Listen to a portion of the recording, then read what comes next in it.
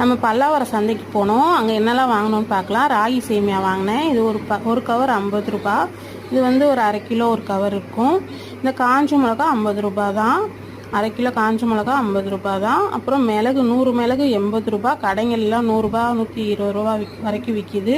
இப்போ இந்த ஏலக்காய் பட்டை லவங்கம் எல்லாமே ஒரு பாக்கெட் வந்து 10 ரூபா.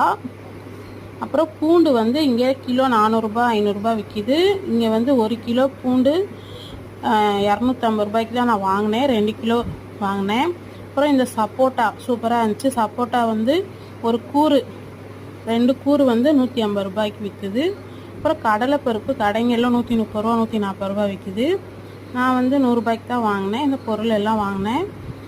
அப்புறம் வந்து இந்த லெமனு பச்சை மிளகா மல்லித்தலை இது எல்லாமே 10 ரூபா தான் ஒரு கவர் ஃபுல்லுமே. காலிஃப்ளவர் 2க்கும் 50 ரூபா. பிடிச்சிருந்தா லைக் பண்ணி சப்ஸ்கிரைப் பண்ணுங்கள். தேங்க்யூ.